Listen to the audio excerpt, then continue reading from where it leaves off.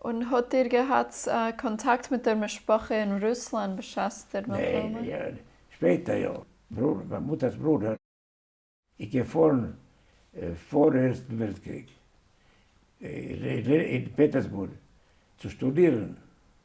Und er hat sich verliebt in der Idee dort und sich verheiratet. Und da haben wir die Grenzen zugemacht. Und in 1941 hat die russische Armee ihn reingenommen und hat ihn geschickt zur finnischen Front. Hat er gemeint, er kann auch seinen Bruder nicht schießen. Hat es auch gegeben und er ist gesitzen als Kriegsgefangener. Da in Lager bis Ende des Krieges.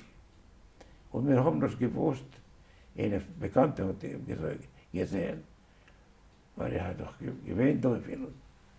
Und gesagt, meine Seele und meine Mutter, dass er ist dort und dort.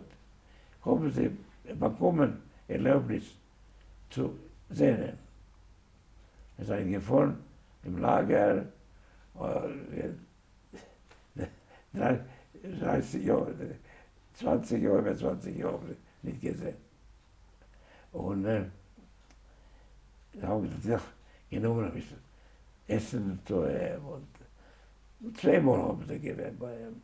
Und nach dem Krieg haben die Finnen ihm gesagt, weißt du was, wenn du willst fallen in Schweden und nicht zurück in uns, gehen wir das vor die Jahre hin. Hat er gesagt, nein, ich habe eine Frau und 2 Kinder in Leningrad, ich lebe das Leben, ich will zurück.